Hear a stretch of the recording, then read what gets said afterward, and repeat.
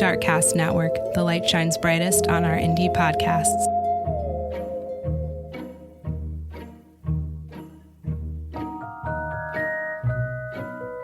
Hello, listeners. We're so very happy you could join us here at the Darkcast Network for the second part of our holiday stories.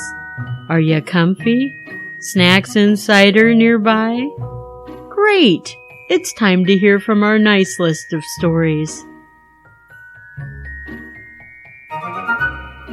Hi, everyone. My name is Jackie Moranti, and I have a podcast called Cause of Death, 100 Seconds to Midnight.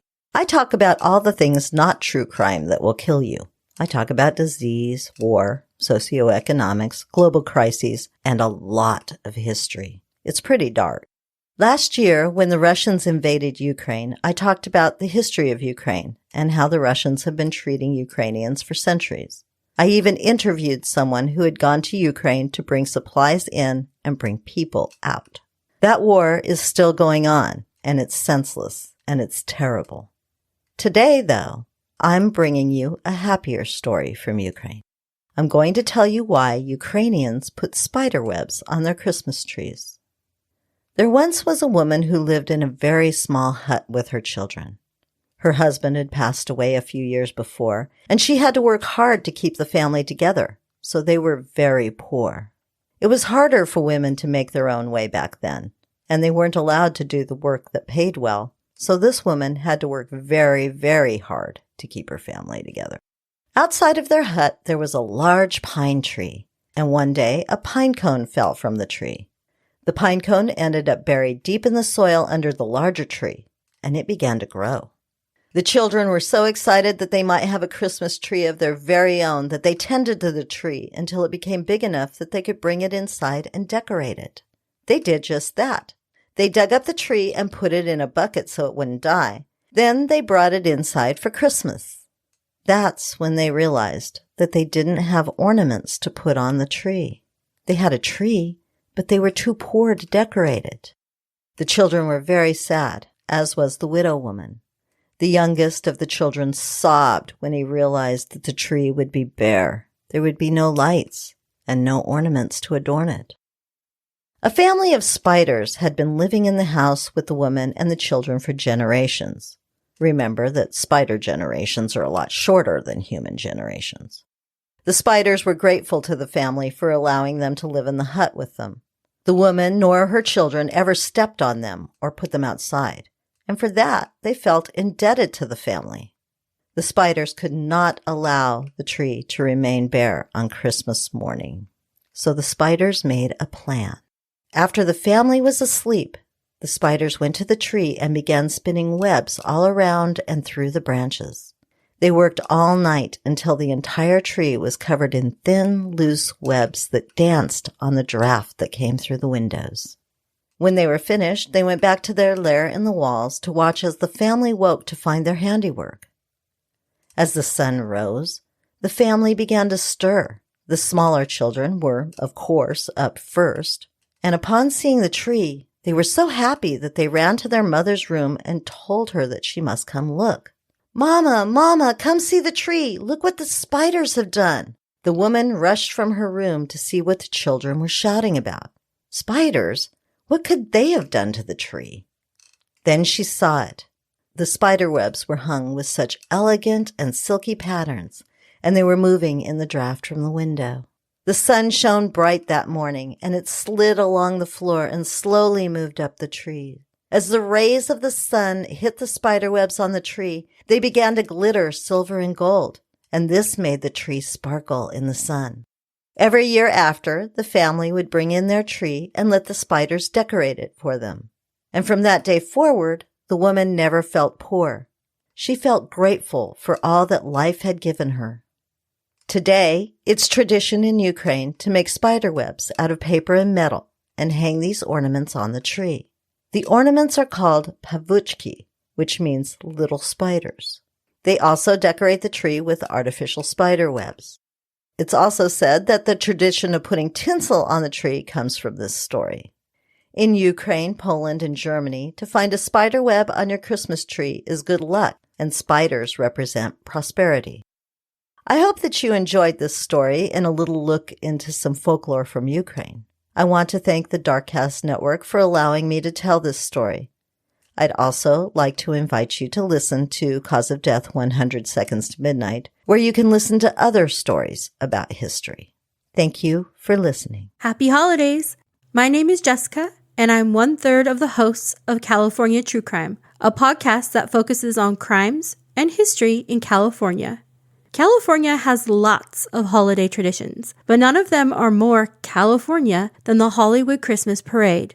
Every year, the focus of this parade, at least as shown on TV, are famous movie, TV, and music stars. But if you live in the area and watch the parade live, you're able to see local entries and sometimes Hollywood history as it drives down Hollywood Boulevard. But this parade has an incredible history that dates back to 1928, when it first began not as a parade, but as something we're all intimately familiar with, as a reason to get people out and shop.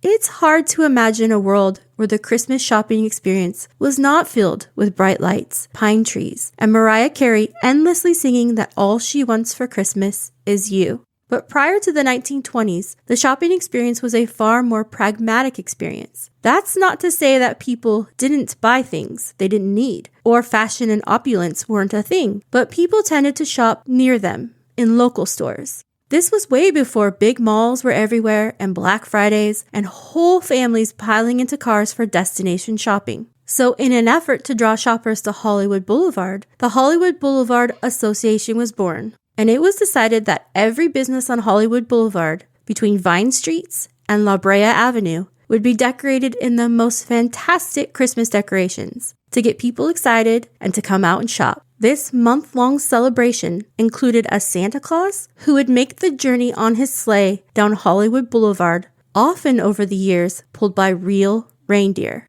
The 1920s are a huge deal in movie history, as Warner Brothers pioneered sound technology in movie theaters, and Hollywood, California became the movie capital of the world. Good economic times meant movie viewership soared, and by 1929, 110 million people were going to the movies every week.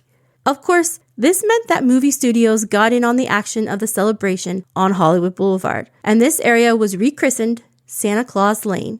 Street signs were changed, and over 200 evergreen trees lined the entire length of the lane. These trees ranged from 12 to 15 feet tall, and they were covered in lights.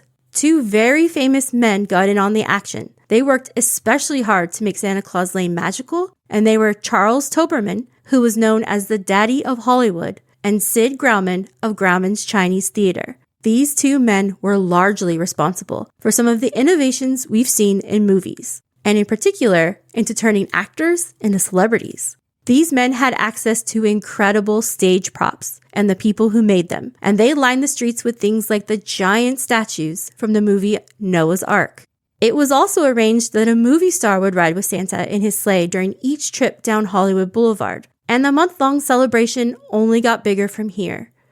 A corral was actually built to house the reindeer, so people could visit them every day right on Hollywood Boulevard. Movie houses handed out free tickets to movies, and the decorations got even bigger. With access to some of the greatest creative minds in Hollywood in the 1930s, including a man named Otto K. Olsen, who was known for completely pioneering a new lighting technique, and who is still responsible for how many movies and TV are lit today. The decorations could obviously only become more amazing. Olsen created brand new metal Christmas trees, built by hand and standing 25 feet tall along the street. These trees were illuminated by 6 different colors of lights and candles that stood 4 feet tall.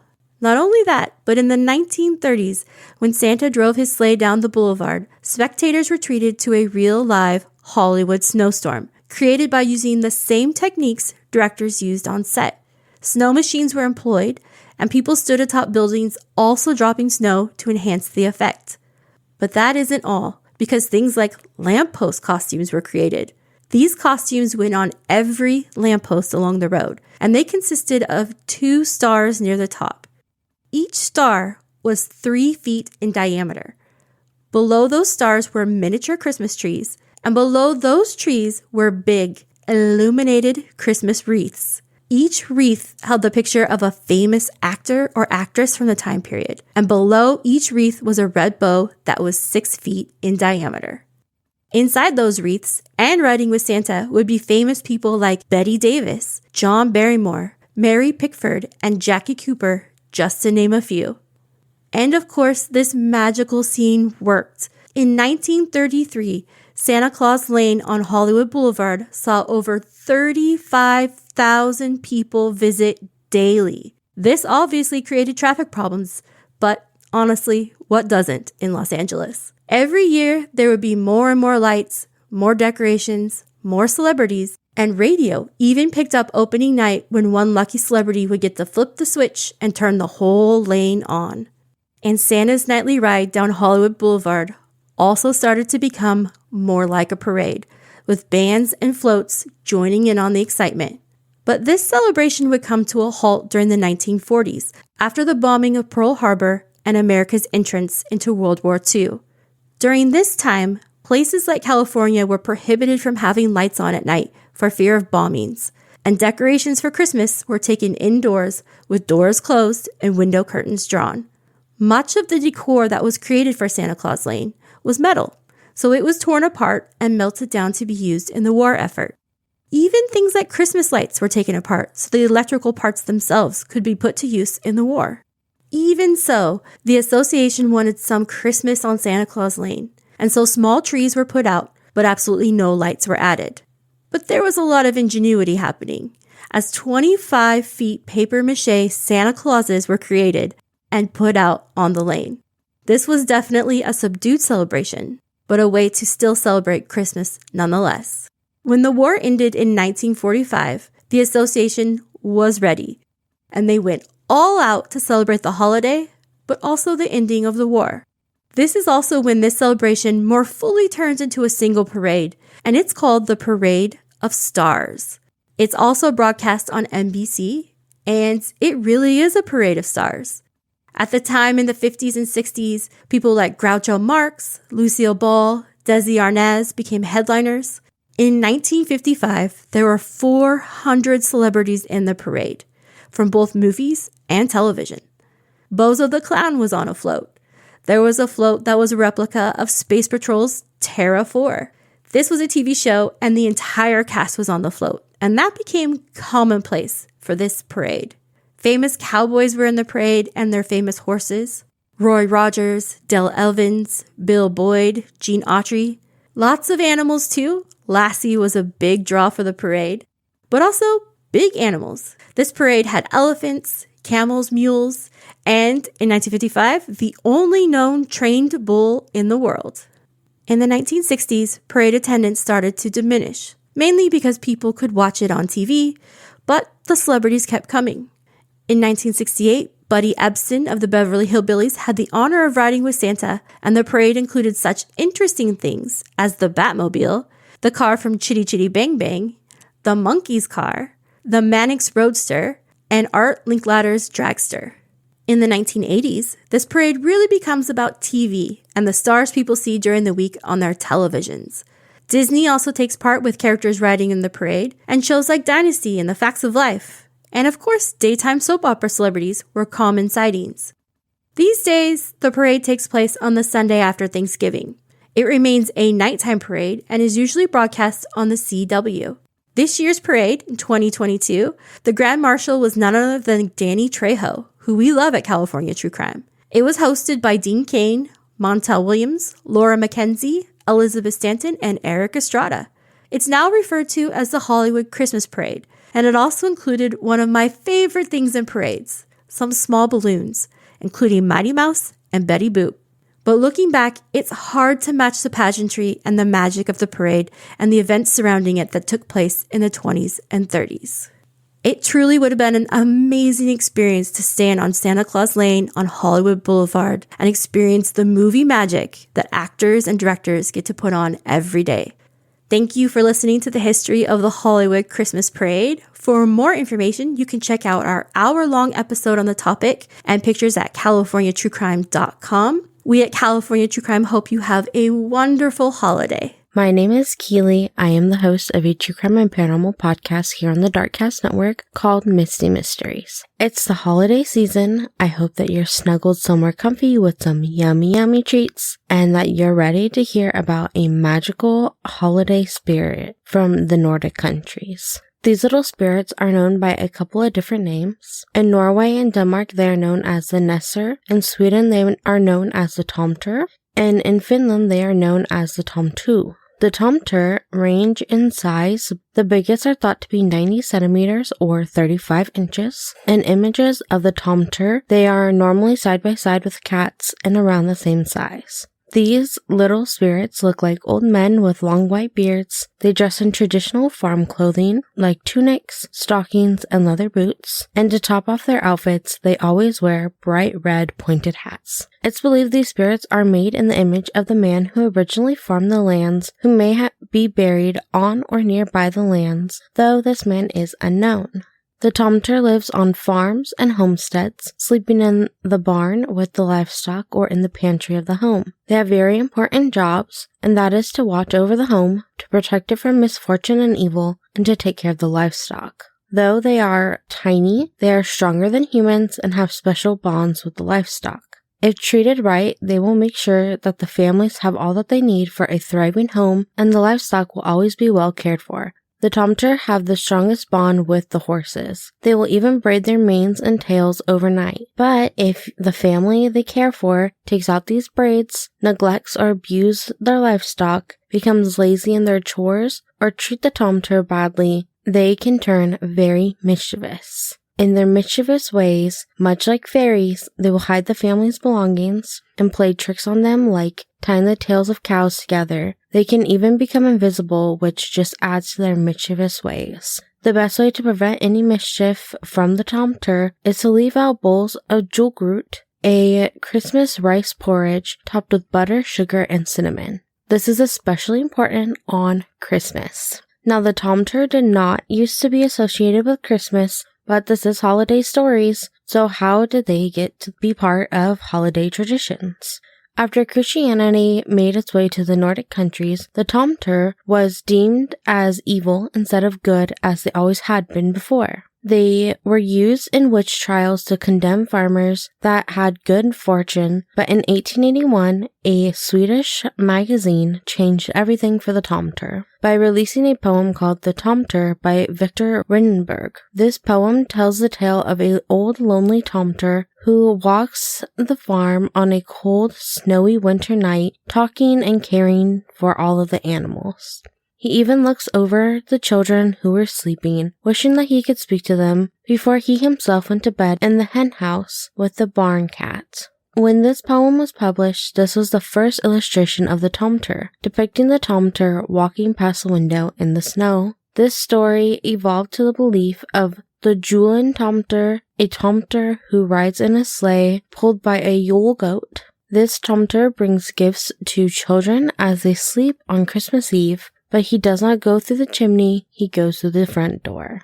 Very similar to the Julen Tomter, there are also the Julen Nesser, but the Julen Nesser is portrayed as an older, adult-sized man with a long white beard and a red hat with a suit much like a little old Saint Nick many of us know and love. He carries a sack of toys on his back, visiting children on Christmas Eve asking, "Are there any good children in here?" before leaving gifts for the children. Much like the Nesser and the Tomter, on Christmas Eve, homes in Nordic countries leave out the bowls of julgrut for the Julen Nesser and the Julen Tomter. In the modern day, these traditions are deeply ingrained in many Nordic country families. You will find many decorations of the Julen Nesser and the Julen Tomter. In America, you may find these decorations under the name of Christmas gnomes. And now that I know the lore, I cannot wait to fill my home with decorations of the Tomters.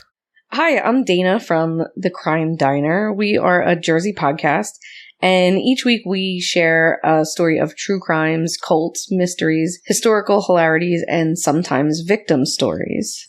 One of the things that I love to annoy my co-host with is atrocities throughout history. So while we're mostly a true crime podcast, it's not uncommon to hear me babbling on about some old-timey crime or some creep from the past.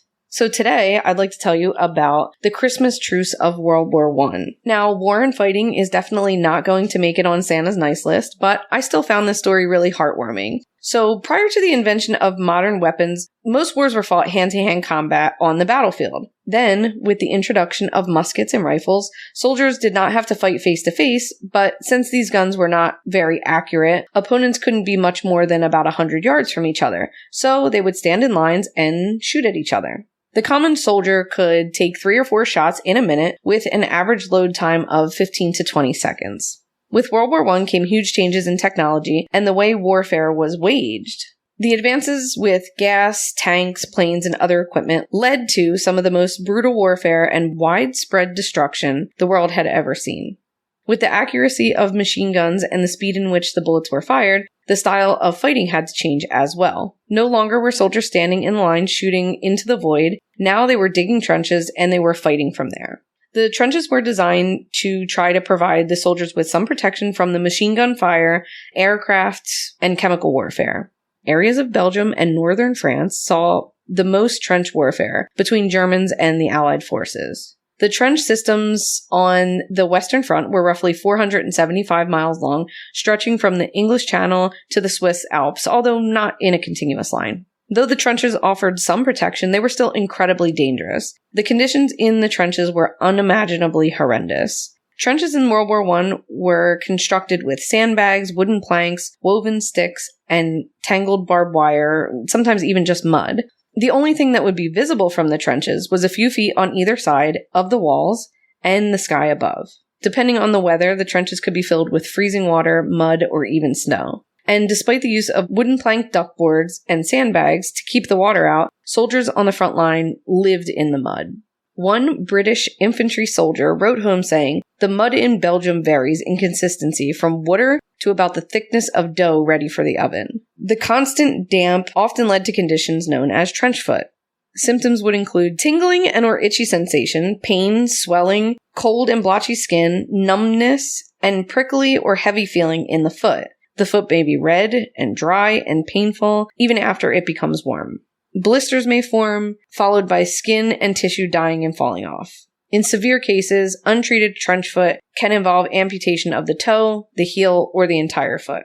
Trenches became trash dumps for debris of war, ammunition boxes, empty cartridges, torn uniforms, shattered helmets, soiled bandages, and bone fragments. Aside from the regular dangers of war, the trenches themselves were super dangerous. They would become living graves when they would collapse in on the soldiers. So these are the conditions that the Germans and Allied soldiers were dealing with during the holiday season of 1914. The war had only begun about 6 months before this, and most people thought that it would be over relatively quickly and they would be home to their families by the holidays. Not only would the war drag on for 4 more years, it would prove to be the bloodiest conflict ever up to that time. Before Christmas that year, there were several peace initiatives. An open Christmas letter was a public message for peace addressed to the women of Germany and Austria, and it was signed by 101 British women suffragettes at the end of 1914. On December 7, 1914, the Pope had begged for an official truce between the warring governments. He asked that the guns may fall silent, at least upon the night the angels sang, which was refused by both sides. During the war, there had been small instances that could be considered truces. There were regular half-hour truces each evening to recover dead soldiers for burial, during which the French and German soldiers exchanged newspapers. When rations were brought up to the front lines after dusk, soldiers on both sides would note periods of peace just so they could go collect their food. The proximity to the trench lines made it easy for soldiers to shout greetings to each other, and this would have been the most common method of arranging informal truces. Many German soldiers had worked in London prior to the war, so they were able to speak some of the same language. One unusual thing that began to occur in some of the more peaceful sectors was the introduction of music. Soldiers on both sides would sing, and it was clear that the intention was to either entertain the other side or maybe even gently taunt them. This became more festive as the holiday season grew nearer. Christmas Eve 1914 around 10 p.m., the Germans placed candles on their trenches and on the Christmas tree and then continued to celebrate by singing Christmas carols. The British responded by singing Christmas carols of their own. This did not just happen in one location, it happened all across the Western Front. Soon, there were excursions into No Man's Land, which is an area between the two trenches. Here, the soldiers exchanged small gifts such as food, tobacco, alcohol, souvenirs, buttons, and hats. There was even a British soldier that set up a makeshift barber, charging Germans just a few cigarettes for a haircut. Many accounts of the truce involved one or more football matches that were played in no man's land. To those of us who are listening that are American, this would be called soccer. It was not all fun and games. The silence of the fighting allowed both sides to breathe a little bit. They were able to clean up the trenches, fortify the sturdiness of the sides, build drains to remove some of the water to help create better living conditions. They were also able to collect their recently killed friends, bury them, and even hold small funeral services for them. Most of the people were thrilled by the spontaneous harmony that broke out on both sides, but of course, not everyone was pleased. In one account, a German soldier scolded his fellow soldiers during the Christmas truce. Such a thing should not happen in wartime. Have you no German sense of honor left? That 25-year-old soldier's name was Adolf Hitler. There are 2 Christmas truce memorials, one in France and one in England. Obviously, the truce did not end the Great War, but the peace did last for a few short days, and almost all who was involved remember the time fondly.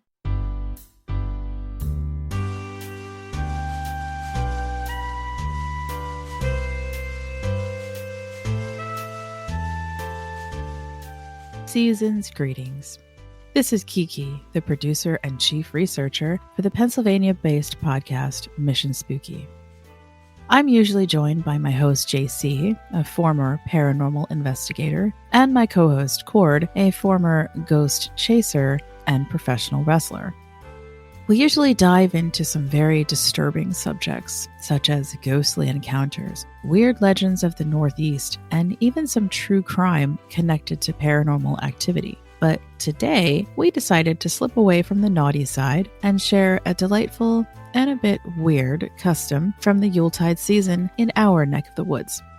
And that tradition is the Weihnachtsgurk, or the Christmas pickle. You might be shocked to see a glass pickle hanging among the usual ornaments of the Yule season, but it's actually quite fortuitous. Those who find the Christmas pickle first are often rewarded with anything from crisp bills to getting to open the first gift to having the coveted job of handing out the gifts or even an extra present. In my family, there are 4 of us and 3 pickles. Our prizes are scratch-off tickets. Whoever finds the first pickle gets 5 tickets, the second gets 4 tickets, the third gets 3 tickets, and whoever finds no pickle still gets 2 tickets. It's always fun to see when the person who only gets the 2 tickets win on both of them, and no one else does. Thus, it's still a fun and fair game to play with all of us grown children. But where did this weird tradition come from? Most people believe it is a German tradition brought here by German immigrants. I'm lucky enough to have an array of European immigrants in my family, most only being in the US for 2 or 3 generations. Italians, Norwegians, English, and Germans. But it wasn't my German family who brought this tradition with us. Our family didn't add the pickle to the tree until we were young children, 3 generations in. And even then, it was our neighbors who came across the lovely little green glass gherkins in one of their travels outside of Pennsylvania.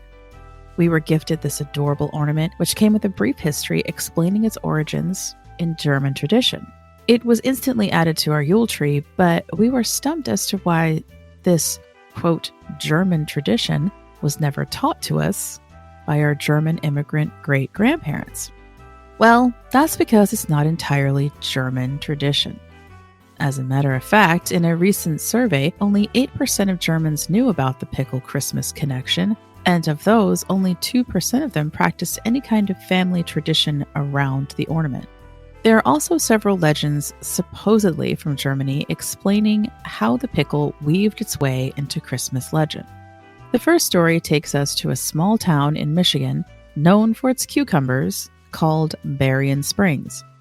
While they are the self-proclaimed Christmas pickle capital of the world, and also uncontested title, former and current residents seem to disagree on whether that statement is true. I've seen some arguments saying that the small town never had a Christmas pickle festival, while others say it was there, but not as grand as described online. Either way, Berrien Springs appears to be the origin of the first legend of the pickle.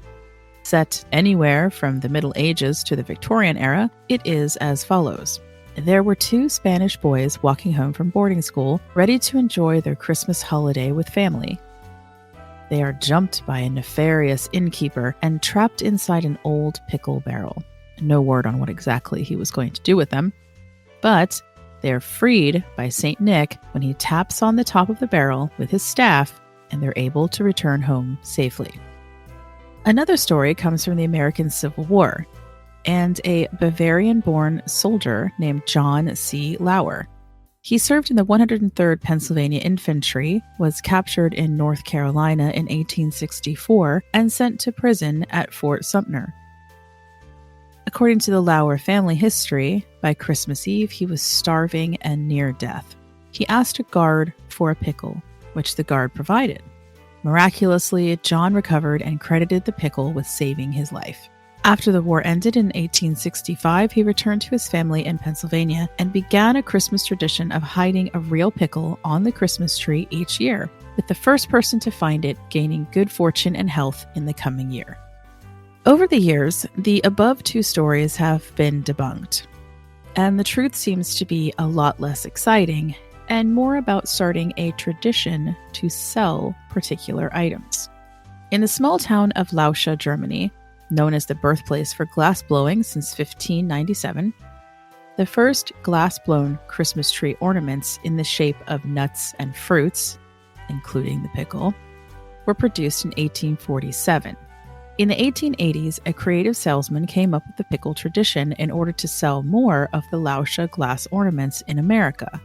In the 1890s, a company called Old World Christmas Shop began selling the Christmas pickle along with a pamphlet explaining this, quote, tradition. As far as selling ornaments from Lauscha, it's worked out brilliantly. You can go to Old World Christmas Shop online right now and purchase your own Christmas pickle. While the shop contains many beautiful and one-of-a-kind glass ornaments, everything from horseshoe crabs to licensed glass Twinkies to sugar skulls, Americans have purchased 25,000 pickles just in 2017 alone. That year, they made roughly $175,000 in just glass pickles. And there you have it, folks, the legends, lore, and tradition of the Christmas pickle. Happy holidays, and thank you for listening to this story and all the stories brought to you by the Darkcast Network this Yuletide season. You can find Mission Spooky as well as all the Darkcast podcasts on the most popular podcast platforms. You can join us on Instagram, Twitter, and Facebook at Mission Spooky. We'd love to hear if you too have a Christmas pickle tradition. We take our 4-week break in January with our next season 4 coming out in February. In the meantime, feel free to listen to our latest episodes, which include interviews with horror author Max Hawthorne, paranormal investigator and member of the Taps family, John Curley, on his new book, Unholy Structure, now available on Amazon, and author and folklore expert Chad Lewis on his new book of Yuletime scary legends entitled Winter Legends and Lore, also available on Amazon. As always, stay spooky and don't die. But if you do, contact us. Hey there, this is CJ, host of Beyond the Rainbow, True Crimes of the LGBTQ+. The holiday story I have for you today was written by L. Frank Baum, and some of you might recognize that name. L. Frank Baum is the author of The Wizard of Oz. So without further ado, here is the story, A Kidnapped Santa Claus. Santa Claus lives in the Laughing Valley, where stands the big rambling castle in which his toys are manufactured. His workmen, selected from the Ryls, Knooks, Pixies, and Fairies, live with him, and everyone is as busy as can be from one year's end to another. It's called the Laughing Valley because everything there is happy and gay. On one side is the mighty forest of Burzee. At the other side stands the huge mountain that contains the caves of the demons. One would think that our good old Santa Claus, who devotes his days to making children happy, would have no enemies on all the earth. And as a matter of fact, for a long period of time, he encountered nothing but love wherever he might go. But the demons who live in the mountain caves grew to hate Santa Claus very much, and all for the simple reason that he made children happy. The caves of the demons are 5 in number.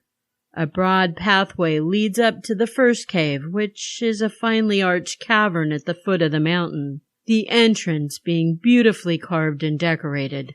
In it resides the demon of selfishness. Back of this is another cavern inhabited by the demon of envy, the cave of the demon of hatred next in order, and through this one passes to the home of the demon of malice, situated in a dark and fearful cave in the very heart of the mountain. I do not know what lies beyond this. Some say there are terrible pitfalls leading to death and destruction, and this may very well be true. However, from each of the 4 caves mentioned, there is a small, narrow tunnel leading to the 5th one, a cozy little room occupied by the demon of repentance. And as the rocky floors of these passages are well worn by the track of passing feet, I judge that many wanderers in the cave of the demons have escaped through the tunnels to the abode of the demon of repentance, who is said to be a pleasant sort of fellow, who gladly opens for one a little door admitting you into fresh air and sunshine again. Well, these demons of the caves, thinking they had great cause to dislike old Santa, held a meeting one day to discuss the matter. "I'm really getting lonesome," said the demon of selfishness, "for Santa distributes so many pretty Christmas gifts to all the children that they become happy and generous through his example, and they keep away from my cave." "I'm having the same trouble," rejoined Demon of Envy. "The little ones seem quite content with Santa Claus, and there are few I can coax to become envious." "And that makes it bad for me," declared the Demon of Hatred. "For if no children pass through the caves of selfishness and envy, none can get to my cavern." "Or to mine," added the Demon of Malice. "For my part," said the demon of repentance, "it is easily seen that if the children do not wish to visit your caves, they have no need to visit mine, so that I am quite as neglected as you are." "And all because of this person they call Santa Claus," exclaimed the Demon of Envy. "He is simply ruining our business, and something must be done at once." To this they all readily agreed. But what to do was another and more difficult matter to settle. They knew that Santa Claus worked all through the year at his castle in the Laughing Valley, preparing the gifts he was to distribute on Christmas Eve. They resolved to try to tempt him into their caves.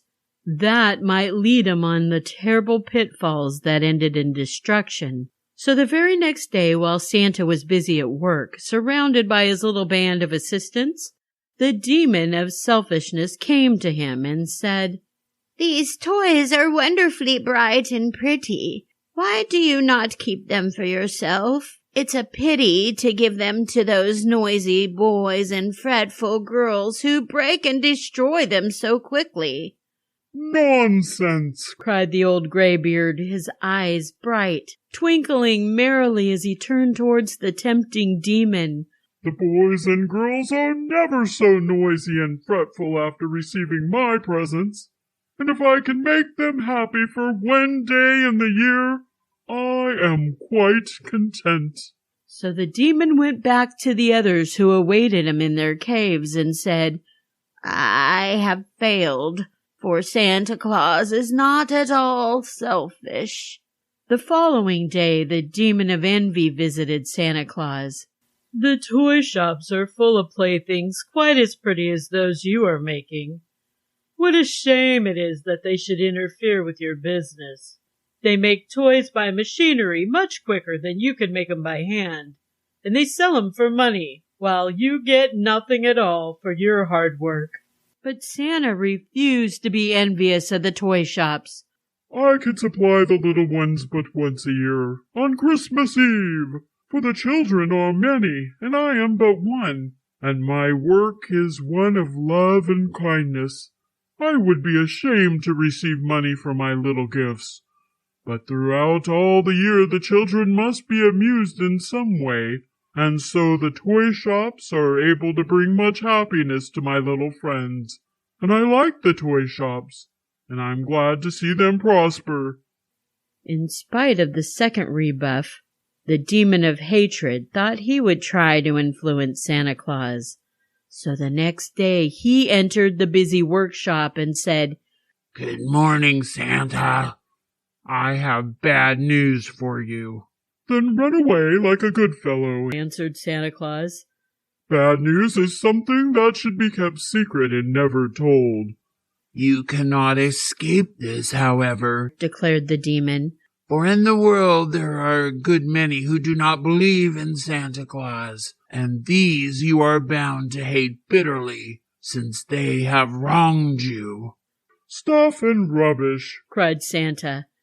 "And there are others who resent your making children happy, and who sneer at you and call you a foolish old rattle-pate. You are quite right to hate such base slanderers, and you ought to be revenged upon for their evil words." "But I don't hate them," exclaimed Santa Claus positively. "Such people do me no real harm, but merely render themselves and their children unhappy. Poor things! I'd much rather help them any day than injure them."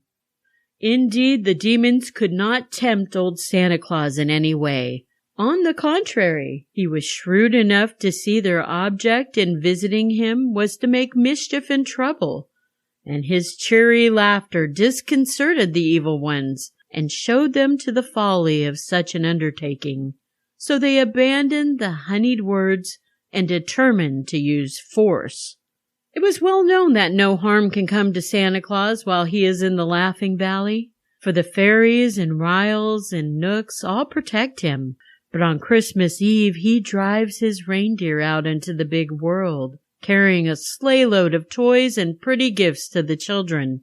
And this was the time and the occasion when his enemies had the best chance to injure him. So the demons laid their plans and awaited the arrival of Christmas Eve. The moon shone big and white in the sky, and the snow lay crisp and sparkling on the ground as Santa Claus cracked his whip, and he sped away out of the valley into the great world beyond. The roomy sleigh was packed full with huge sacks of toys, and as the reindeer dashed onward, our jolly old Santa laughed and whistled and sang for very joy, for in all his merry life this was the one day in the year when he was the happiest. It would be a busy night for him, he well knew. As he whistled and shouted and cracked his whip again, he reviewed in his mind all the towns and cities and farmhouses, and figured that he had just enough presents to go around and make every child happy. Suddenly, a strange thing happened. A rope shot through the midnight, and a big noose that was at the end of it settled over the arms and body of Santa Claus. Before he could resist or even cry out, he was jerked from the seat of the sleigh, and he tumbled head foremost into a snowbank. Such a surprising experience confused old Santa for a moment, and when he had collected his senses, he found that the wicked demons had pulled him from the snowdrift and bound him tightly with many coils of stout rope, and then they carried the kidnapped Santa Claus away to their mountain. Laughed the demons, rubbing their hands together with cruel glee. What will the children do now? How they will cry and storm when they find out there are no toys in their stockings, and what a lot of punishment they will receive from their parents, and how they will flock to our caves of selfishness and envy and hatred and malice. Now it so chanced that on Christmas Eve, the good Santa Claus had taken with him in his sleigh Nutter the Ryle, Peter the Knook, Kilcher the Pixie, and a small fairy named Whisk. his 4 favorite assistants. And when their master was so suddenly dragged from the sleigh, they were all snugly tucked underneath the seat. The tiny immortals knew nothing of the capture of Santa Claus until some time after he had disappeared. And as their master always sang or whistled on his journey, the silence warned them that something was wrong. Little Whisk stuck out his head from underneath the seat, and he found Santa Claus gone, and no one to direct the flight of reindeer. "Whoa!" he called out, and the deer obediently slackened speed and came to a halt. Peter and Nutter and Kilter all jumped out of the seat and looked back over the track made by the sleigh, but Santa Claus had been left miles and miles behind. "What shall we do?" asked Whisk anxiously. "We must go back at once and find our master," said Nutter the Rile. "No," exclaimed Peter the Knook. "If we delay or go back, there'll be no time to get the toys to the children before morning, and that would grieve Santa Claus more than anything else." "It is certain that some wicked creature had captured him," added Kilter thoughtfully, "and your object must be to make the children unhappy. So our first duty is to get the toys distributed as carefully as if Santa Claus were himself present. Afterwards, we can search for our master and easily secure his freedom." This seemed such good and sensible advice that the others at once resolved to adopt it. They came to the houses wherein the children lay sleeping and dreaming of the pretty gifts they would find on Christmas morning.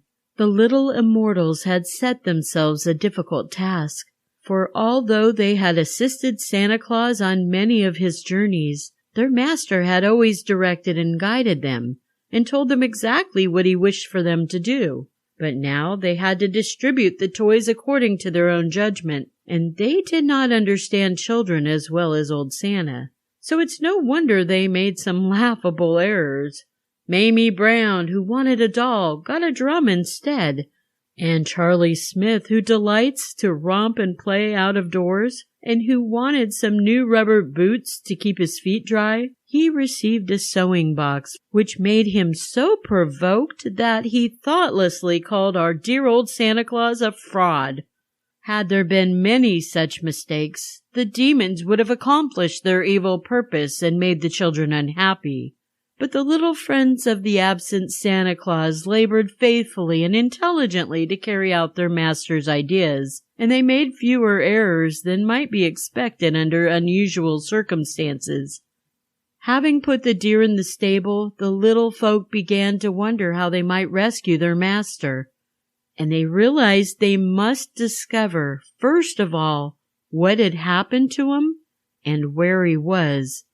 Whisk the fairy transported himself to the bower of the Fairy Queen, which was located deep in the heart of the forest of Burzy, and once there it did not take him long to find out about the naughty demons, and how they had kidnapped the good Santa Claus to prevent his making children happy.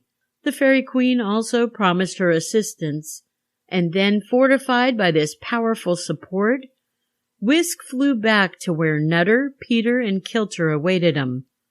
The 4 counseled each other and laid plans to rescue their master from his enemies.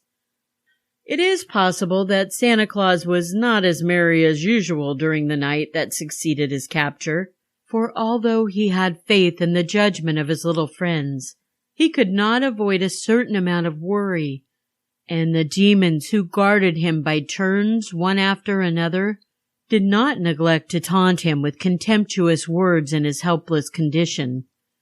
When Christmas Day dawned, the demon of malice was guarding the prisoner, and his tongue was sharper than that of any of the others. "The children are waking up, Santa.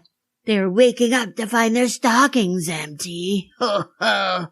How they will quarrel and wail and stamp their feet in anger. Our caves will be full today, old Santa." But to this, as to other like taunts, Santa answered nothing.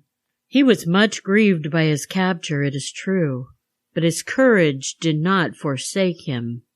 And finding that the prisoner would not reply to his jeers, the demon of malice presently went away, and sent the demon of repentance to take his place.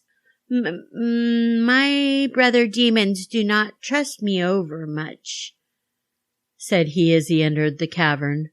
But it is my morning now, and the mischief is done. You cannot visit the children again for another year. The little ones will be greatly disappointed, but that cannot be helped now. Their grief is likely to make the children selfish and envious and hateful. And if they come to the caves of demons today, I shall get a chance to lead some of them to my cave of repentance. Do you ever repent yourself? Asked Santa curiously. Oh, yes, indeed, answered the demon. I am even now repenting that I assisted in your capture. Of course, it's too late to remedy the evil that has been done. Yet you have done no evil, are about to visit my cave at once. For to prove that I sincerely regret my share of your capture, I am going to permit you to escape. The fellow at once busied himself untying the knots that bound Santa Claus and unlocking the chains that fastened him to the wall. Then he led the way through a long tunnel until they both emerged in the cave of repentance. I hope you'll forgive me. I'm really not a bad person, you know, and I believe I accomplish a great deal of good in the world. With this, he opened a back door that let a flood of sunshine in, and Santa sniffed the fresh air gratefully. Said he to the demon in a gentle voice, I'm sure the world would be a dreary place without you. So good morning and a Merry Christmas to you. With these words he stepped out to greet the bright morning, and a moment later he was trudging along, whistling softly to himself.